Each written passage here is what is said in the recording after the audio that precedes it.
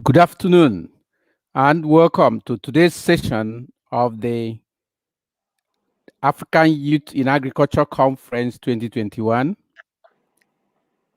This conference has been set up to respond to the current need and yearnings of the African rising generation that we have noticed in the Town Hall Communication Company and the African Town Hall Online Television, which are set up principally to support the rising generations of Africa to give voice to their thoughts and opinions.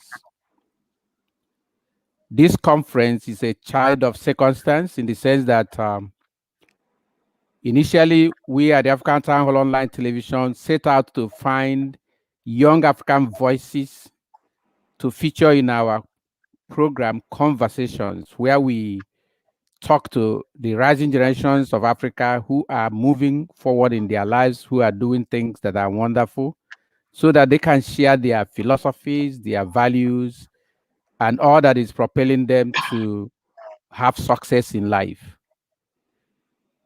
During the conversation, we met with 5 of such Africans, and each one of them wanted to center their talk on youth in agriculture. And that touched us. And we felt that a more robust conversation need to be held about agriculture in Africa if we need to move forward. Today, we are pleased to have one African who has featured so prominently in agriculture. Even though agriculture is not the central part of his life, but he has taken agriculture and farming in different facets of it as part of his life.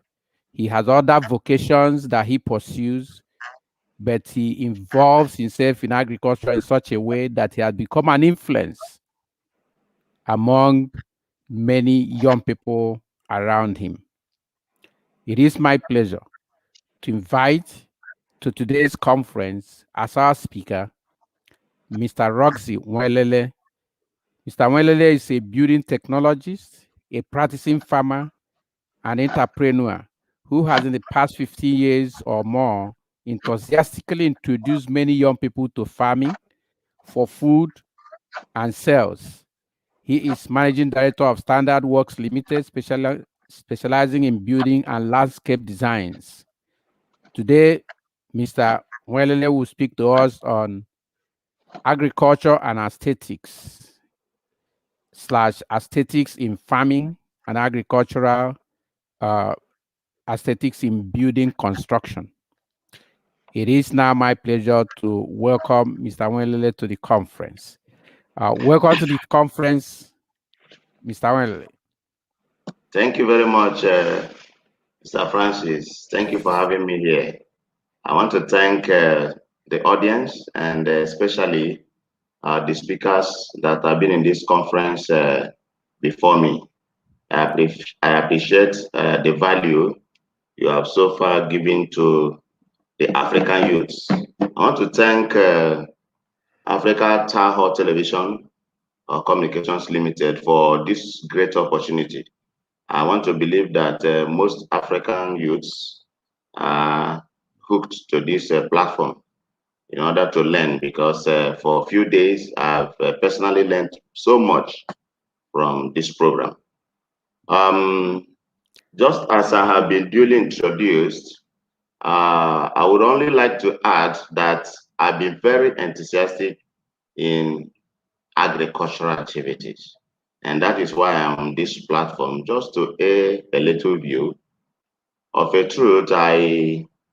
I may not go so much into detailed talks, but I want to go straight into some of those things I've done personally in bringing agriculture as actually a panacea to the table of fellow African youth.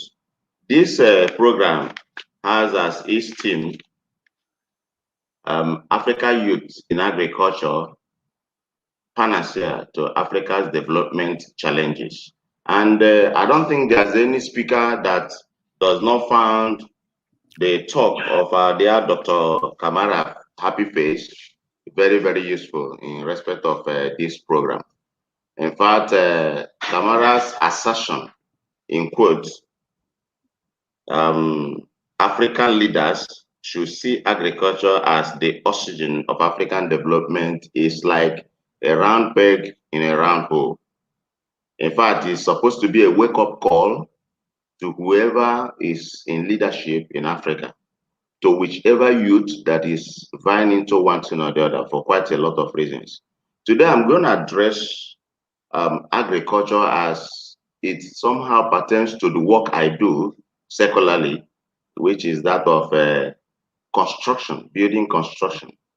How my company, Standard Works Limited, have been able to bring agriculture into building construction as a way of both helping most of our clients and others in general. But before I do that, I would like to give a little story about how I come this far and probably why Nigeria youths don't seem to be much interested in agriculture. You see, growing up in the days, I was born in a home of parents who were teachers. Now, these teachers actually were highly revered in those days, teachers. So it was absurd, so to say, that our parents, who were highly revered people in the society, could be involved in agriculture. So in those days, when they asked us to go to farm, we don't usually feel good because we feel that's demeaning to us. And that particular notion has been the bane of agriculture in the heart of today's youth. Every youth you said the idea of agriculture to will always want to feel that, oh, it's demeaning. Why would you ask me to go to farm? But as we grew up, I came to understand that my parents had very cogent reasons why they were involved in agriculture.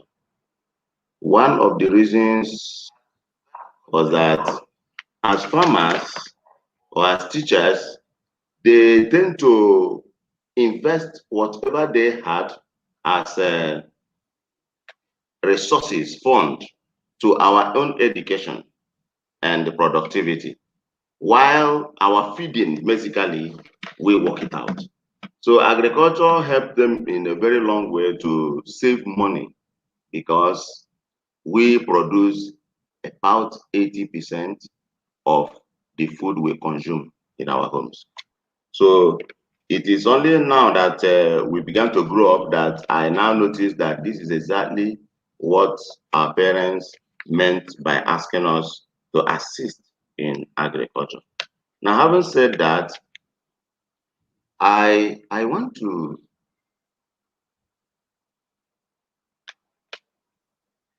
learn a word from one of great men, Karl Marx, that I used to know. He says, the animal only fashion things according to the standards and needs of the species it belongs to. Whereas we know how to produce according to the measure of every species and knows everywhere how to apply its inherent standards to the objects. Thus, man also fashion things according to the laws of beauty. So he's talking about my theme of address today, which has to do with agriculture and aesthetics. In building construction, we talk about aesthetics. So also it applies to agriculture. In agricultural aesthetics, we talk about cultivation, putting in place planning. You don't just go into agriculture and begin to do this and do that and do that. That's why a lot of people don't have interest in agriculture. If you come to a standard and planned farm that has aesthetics as its watchword, you notice that when you come to such a farm and somebody takes you around the farm, you begin to appreciate agriculture. You begin to desire that you own something like this. Why? Because the farmer actually applied aesthetics in agriculture. That's one. One of other reasons why aesthetics is very, very important in agriculture is because crops, for instance, in crop farming, crops have a way of relating with each other. When we plant crops haphazardly in a particular parcel of land, we, we express some kind of difficulty in production. For instance,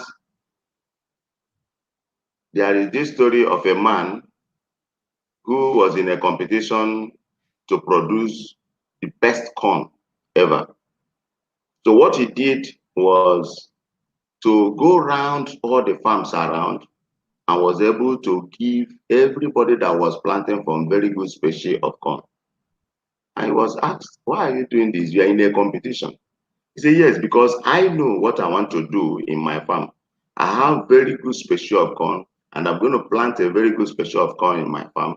But when I do that, if others around me plant wrong species or bad species of corn, I'll be having this concern of bears pollinating mine, and I'll begin to have wrong or non-productive farm.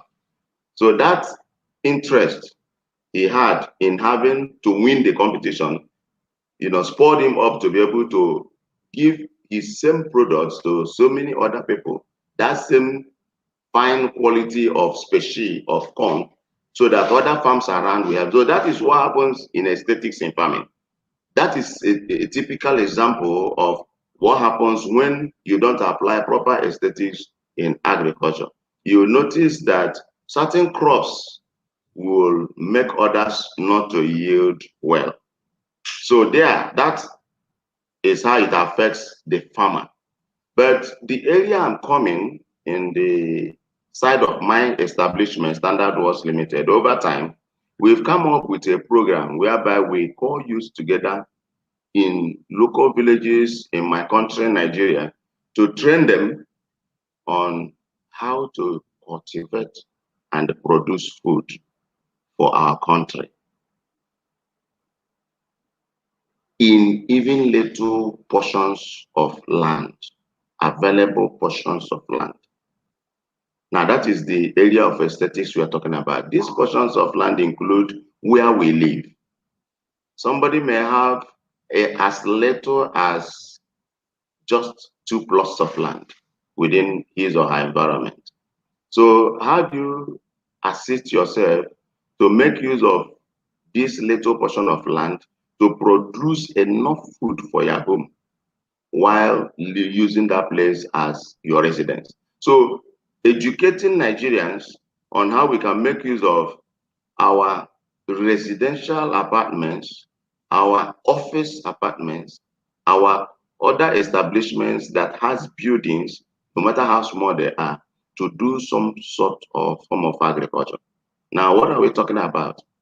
Now, aesthetically, Nigerians appreciate, or so many other people, even other countries of Africa, appreciate flowers. So we go to the flower shops or gardens and engage an horticulturist who is, by application, a farmer, to come and plant these weeds from the bush in our gardens, in our houses, in our flower pots, and within our environment. So what is it that Standard Works Limited is doing in this aspect? We are on a very great campaign to make Africans understand that instead of that waste, we can convert that waste into something that will sustain lives. There are several kind of plants that we can use or adopt as flowers within our environment, within our offices as potted plants, within our houses, in our flower pots that are designed with the building. even within the premises, our landscape arrangement can toe the side of economic crops. We have been on this campaign, and a lot of youths today are making a living out of this arrangement, such that within your house you can plant dwarf plantain as a center plant where people drive around in your compound, and you notice that these bananas or plantains can just grow on that place. You only need to be pruning to ensure that you don't have more than 2 or 3 coming out at a particular time.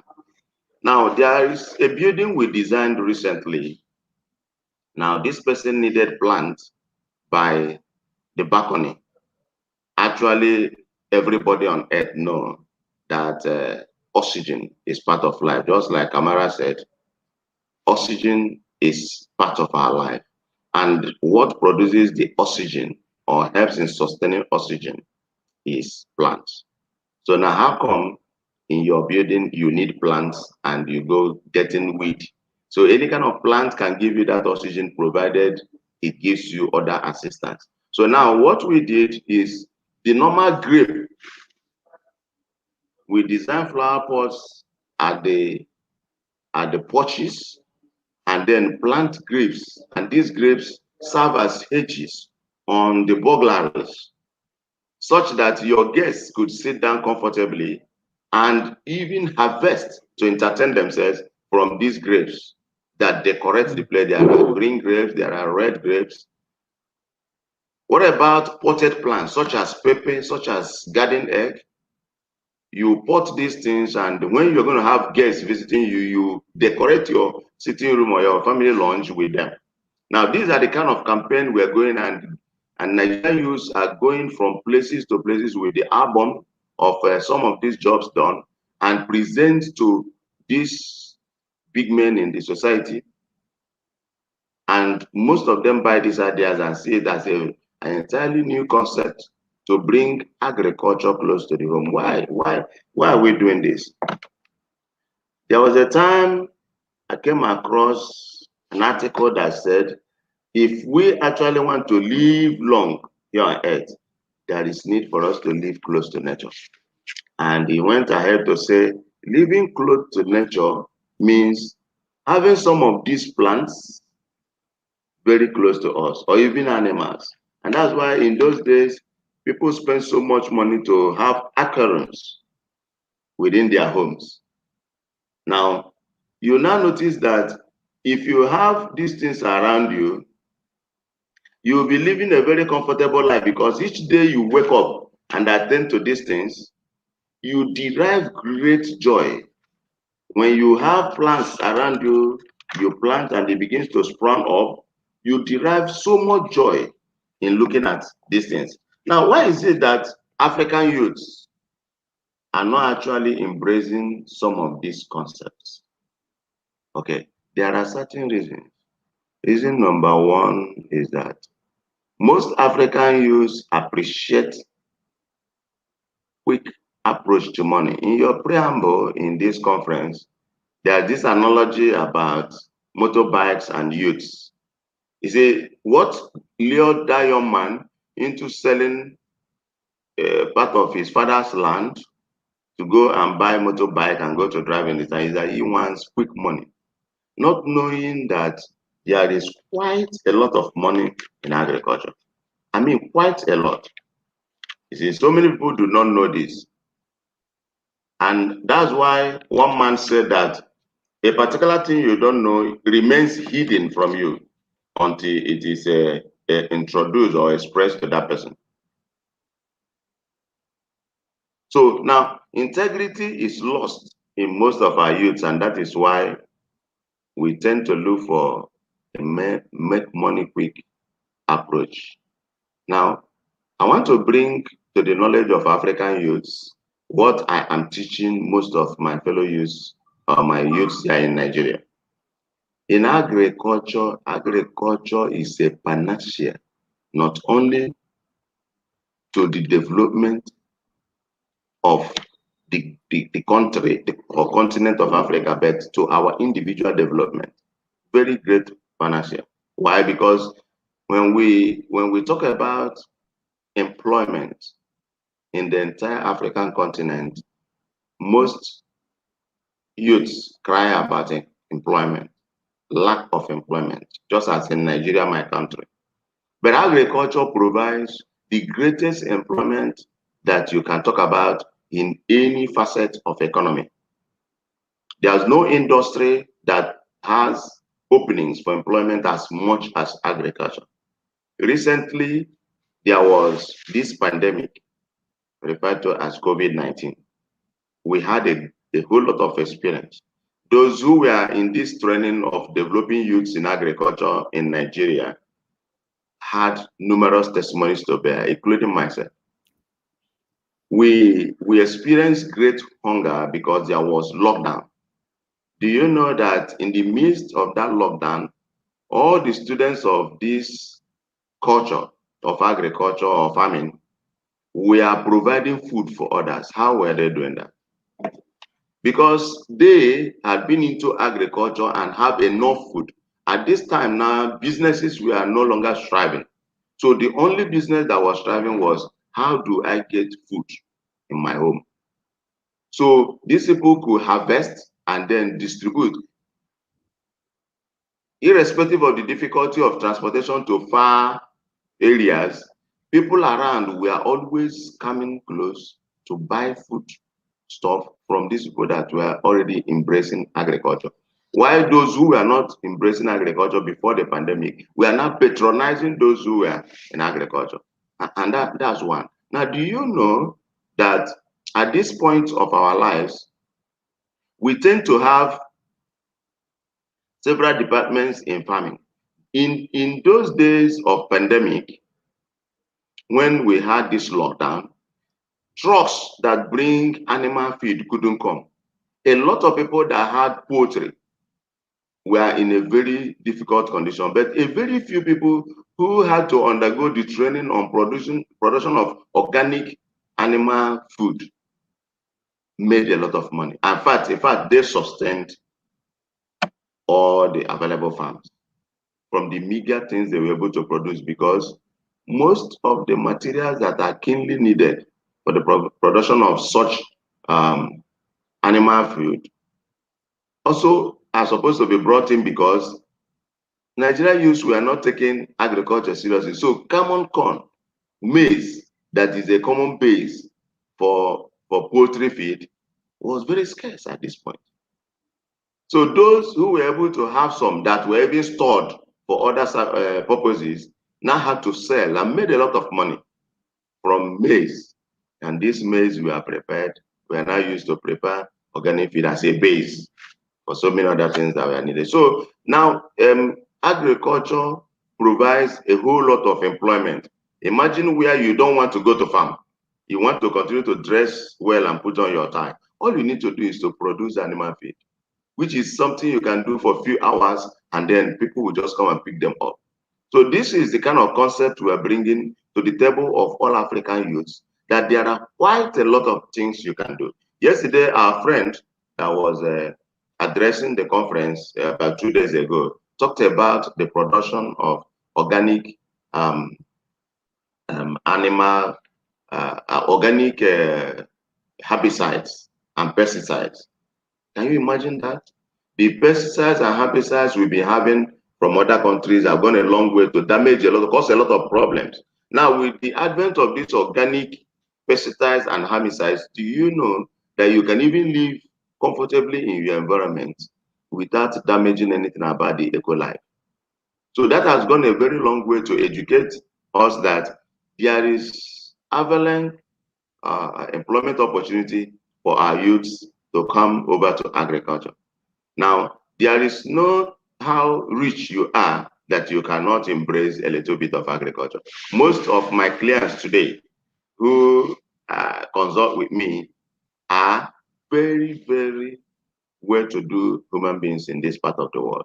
Why? Because of the concept we brought into agriculture, the concept of greenhouse, making your house an agri hub, trying to plant things that you love within your house, within your gardens, right inside your building. So now a lot of people who see this concept either on video or pictures will always invite us and say, could you please come and assist us to let me have, so, and it makes for varieties. Imagine a situation whereby you plant rose flowers in your flower garden or flower pot in front of your house or your balcony. Those rose flowers will stay there for 5, 6, 10 years. So every day you come to your house, it's the same kind of plant you have always seen. But with the new concept, we plant flowers, we plant crops, call it actual name crops, that do not last more than 3 years. You change them to another one. So somebody that came here today and saw that what was producing here was a yellow color pepper in this garden, in this your flower pot, will now come the other time and see a red color pepper. And will not come the other time and see garden eggs of different species, the green, the yellow, the white, growing up within your flower pots or flower gardens. So it gives for variety, for changes. It gladdens the heart of the viewer, your visitor, or even yourself. So we have looked at potted plants as they are not supposed to be bushy plants anymore. We seriously apply these economic crops in order to make varieties and then create food avenues, even create resources for income, because where these things are largely produced, you sell. We also have ideas of in aesthetics in agriculture of going into combination of poultry and crop farming. Why? Because you notice that we don't preach for synthetic fertilizers. So if you are a student of our forum, you will know that what we produce is organic food. So if you are producing organic food, then you don't need to think about synthetic fertilizer. So what would you use?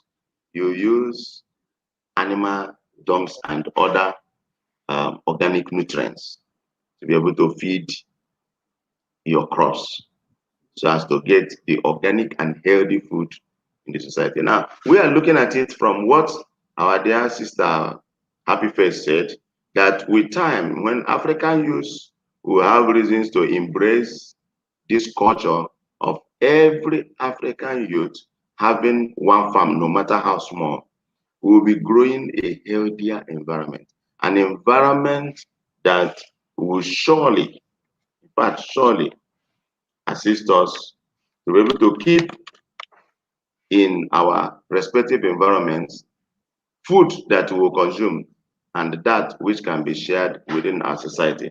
Why are we saying this? I want to quote Dr. Miles Monroe, who once said, when the value of a thing is not known, abuse is inevitable.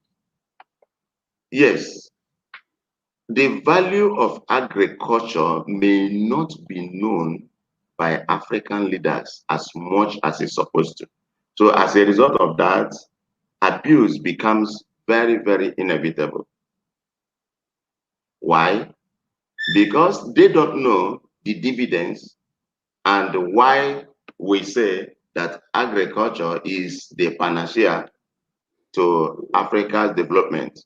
So that is why to abuse the possibility is inevitable. In most countries in Africa, we notice that sustainability of agricultural development is on the downtrend.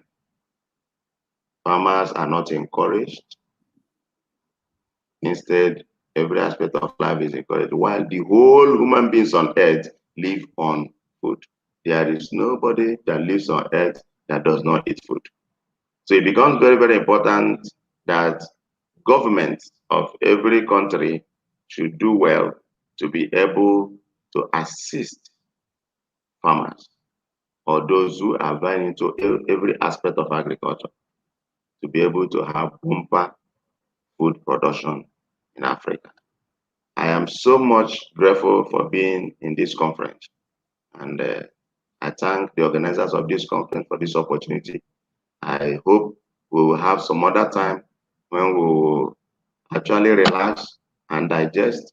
Like I'm going to have one of my mentors, maybe tomorrow, Madam Organic, coming to address this conference, who has helped me to teach me quite a lot about agriculture. I thank you all for having me. God bless you. Thank you. Oh, wow. Thank you very much. Thank you very much, Roxy. This is a major hallmark statement at this conference.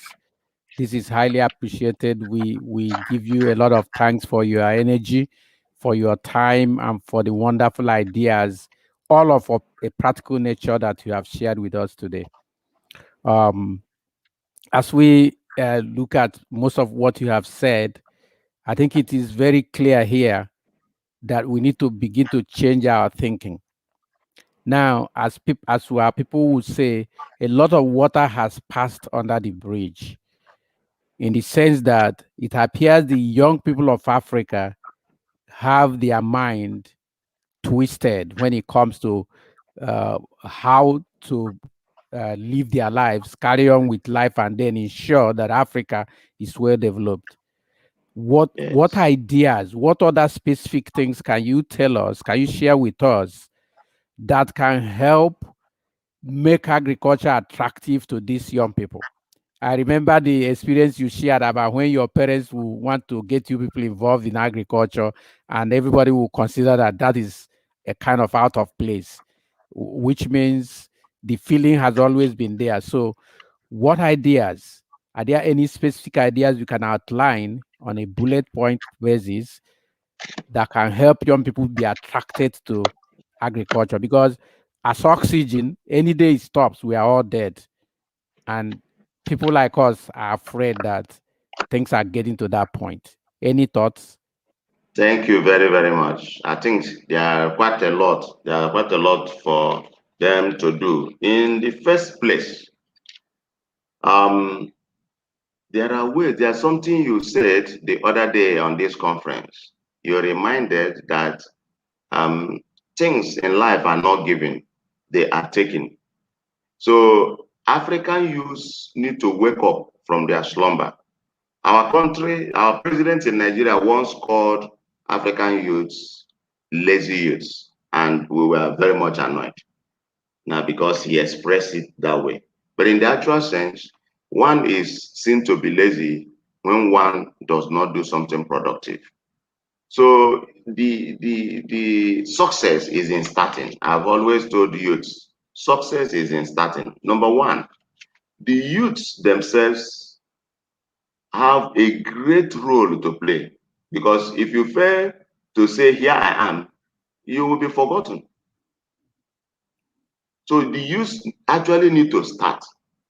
And what do I mean by starting? In life, if you don't have a mentor, you don't have anywhere to go. So the youths need to think of the particular department of agriculture they appreciate, and then seek for a mentor in that particular department. Recently, I had to go travel all the way to Yo to meet Madam Organic to be able to participate in a training for mycology, in fact, for mushroom farming. Okay. So the youth need to devise and know what you actually want to do as a particular part of agricultural work you want to do, and then invest a little time in that, improve yourself on that. As soon as that is done, you now have a voice. The youth will now have a voice to approach relevant organizations. For instance, if we have six um, mushroom farmers in Cameroon, for instance, and there are six of them, and through communication, six of them can connect themselves, then there's this possibility of them producing mushroom, produce other mushroom species and delicacies, and sell the idea or do a little program whereby you invite the government to come and see what you do. And that is when their interest will be aroused to be able to sponsor what you do in agriculture. So agriculture is something that you must show working before you attract. Now, after that, I will want to recommend that government have always been, everybody that spoke on this platform in this particular conference has talked about the importance of government. You know, government is supposed to create enabling environment for African youths to happily practice agriculture. Now, this includes provision of required amenities and infrastructure. I watched a documentary in the course of my farming prowess. I watched a documentary. I was going into um, rice farming. I wanted to cultivate rice. All the days of our life, we've always learned that rice should be produced, or you can only cultivate rice in swamps. But do you know that I had to veer out of that after understudying a particular training, and then I watched a documentary that showed me that rice, we have swampy rice and upland rice. And upland rice does very well. The only difficulty there is that you don't plant all year round, whereas in swamp, you plant maybe 3 times in a year. But in upland, you plant basically towards the rainy season and you have bumper harvest. Now, what was it that interests me? In that country that had that documentary, I saw youths driving a kind of tractor, very comfortable equipment that harvests rice. The harvester of the rice is like a motor equipment where you sit down and steer along the ridges and you harvest your rice without staying. So one can be playing your camp and then you are harvesting your rice. So those are kind of the things, the only things we need government to do, make agriculture so interesting that those who are into agriculture are being, mimicked because of the kind of equipments that are provided by the government and facilities that are on ground for agriculture. And then facilities such as grants also are very, very important because agriculture sometimes can be a bit expensive. So, but if you don't start, like I said initially, if the youths don't come to show interest that they are interested in this, the government cannot come in because the government will look at it that when they give you this money, just as it has happened in many parts of African countries, when this money is released to the youth uses it to go and either marry, though marriage is not bad, or go and buy a motorbike and go to the town to drive, or just do any of these frivolous activities.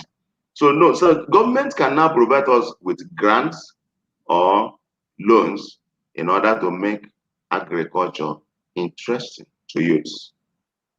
Thank you very much. Thank you very much. And I think that is a very good point there, especially where you said if you do not show sign that you are somewhere, you are the person will be forgotten. I Yeah. think this is one line that the African youth should seize when it comes to the issue of agriculture. Let's think about oxygen and know the fact that without oxygen, we will go nowhere. Without oxygen, we will have no life. If you know that your life is tied to something, then you will do something about it. Let's know that agriculture, our life is tied to agricultural practices, to farming, and Good. the people who do the innovation is not the old people; it is the young people who find innovative ways to deal with agriculture. Okay, now the one of the issues that Dr. Tamara Happyface Kaunda raised at that conference in 2018 on youth employment in agriculture as the solution to the problems of hunger and poverty in Africa is the Yes. issue of high interest rates. High interest rates. She mentioned, and I didn't know that is the same thing that is in other African countries. In Nigeria, interest rates are devilish. She said it's suicidal. And I can say that interest rates from Nigerian banks are devilish. I had experience with it when some friends of mine borrowed money to buy shares in those days of boom in stock markets. Some of them are still paying the debt till today. And of course, the stock market has crashed. They have lost the money. They are still paying the banks. And the interest rates are unbelievable. Now, Is there any suggestions you need to make to government concerning interest rates? At least if the youth are able to comfort, some of them might need to borrow money to be able to expand or improve their agricultural operations or farming operations. Is there any counsel, any suggestion you need to make to government in view of your experiences so far concerning interest rates of loans that people collect? Okay, thank you very much. In fact, in organized settings and organized countries of the world, farmers are not giving loans. Farmers are giving grants. Why? It is a very simple practice that when a farmer produces, government, just as the government of, for instance, my country, Nigeria, uh, monitors and supervises the sales of petroleum products, the price, and petroleum products are produced by many companies, several oil companies, but the government called the National Petroleum Company absorb all these products. So it's supposed to be in agricultural products.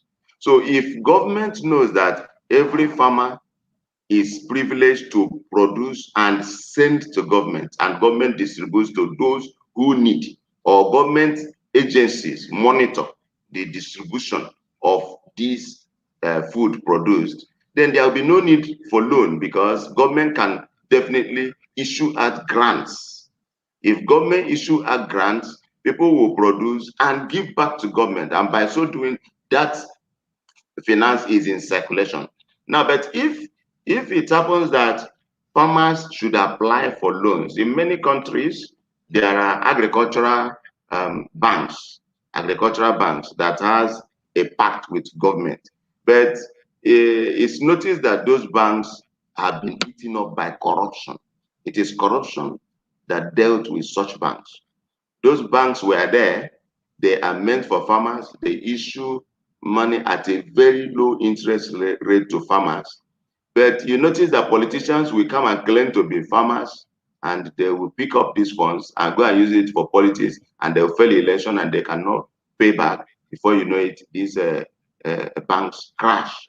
Okay, so but um, this particular subject of financing of farmers is supposed to be the prerogative of the government of the nations.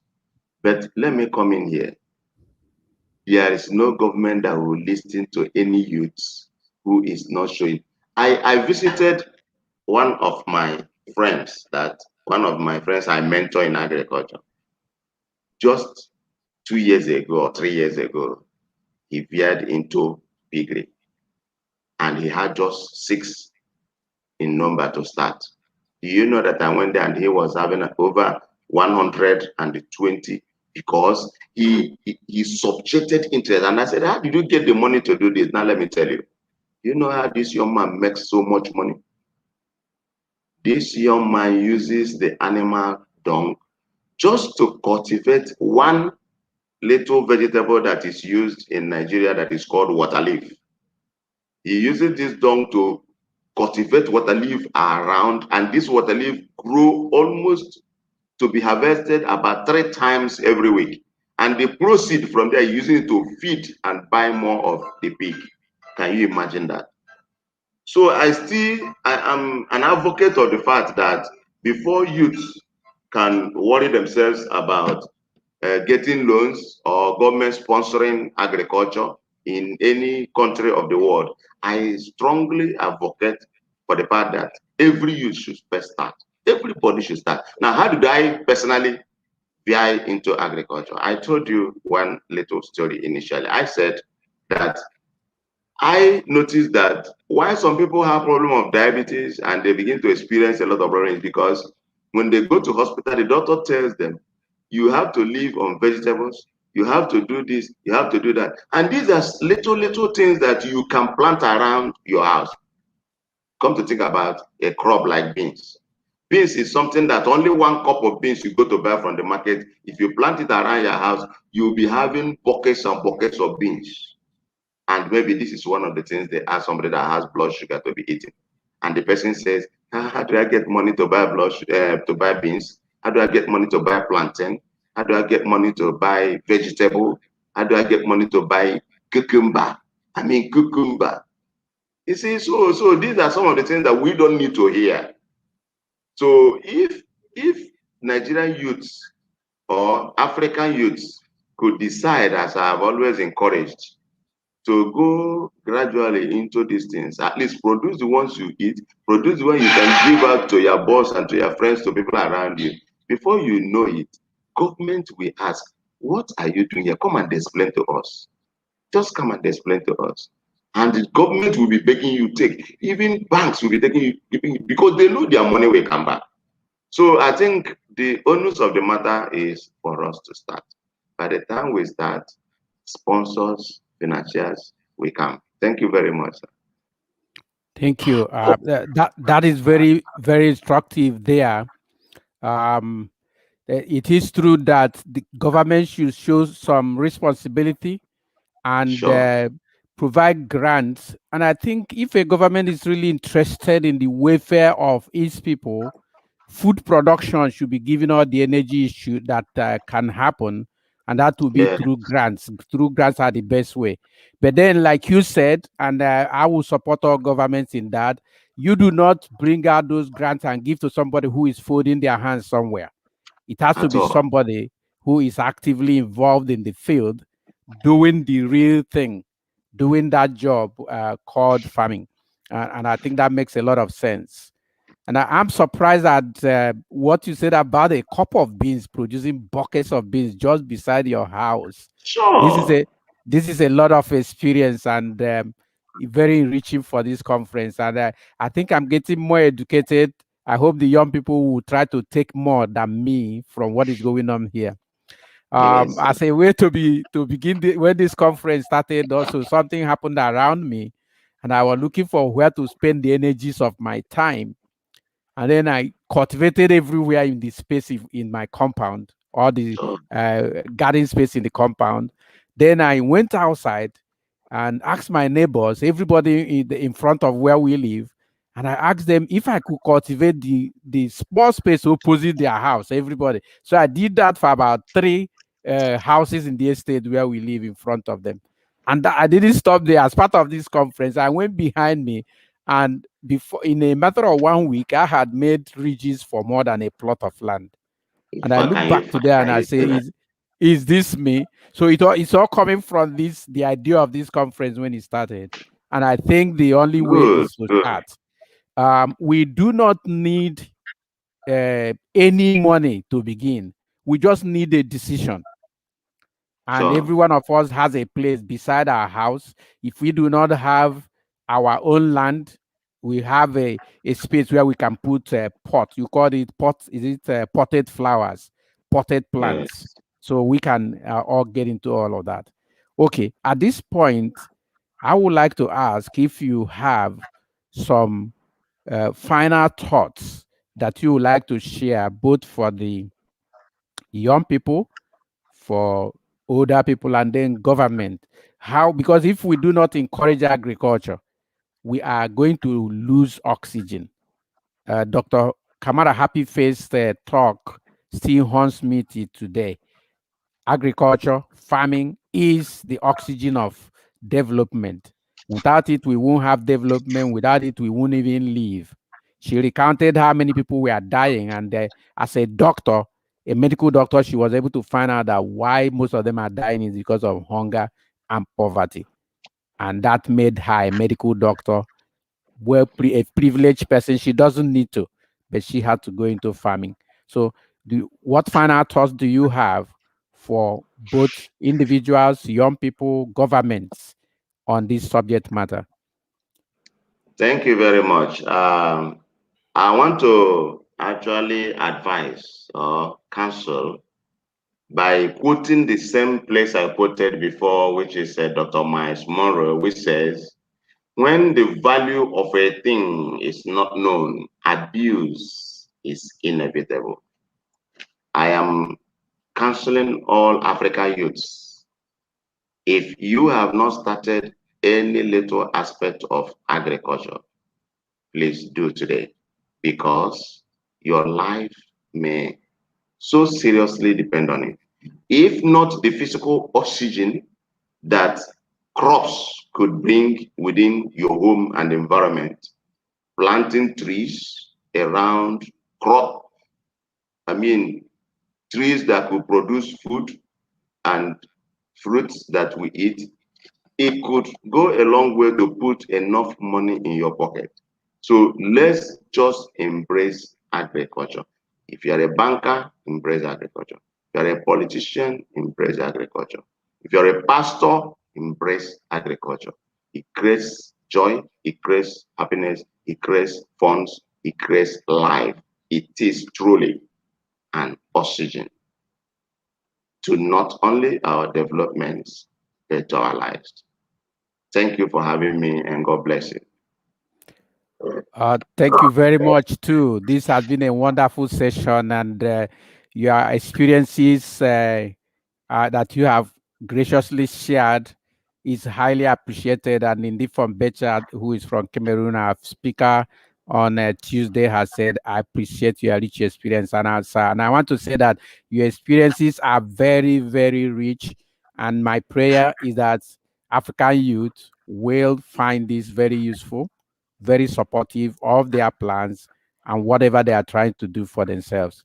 Thank you very much for coming to Thank African you. Youth Conference, African Youth in Agriculture Conference 2021 on the theme African Youth in Agriculture, Panacea to Africa's Development Challenges. It has been a pleasure for me to host you here. Thank you. Do have a Thank you great very time. much. Thank you. And Thank you very goodbye much. now. You're welcome. Mhm.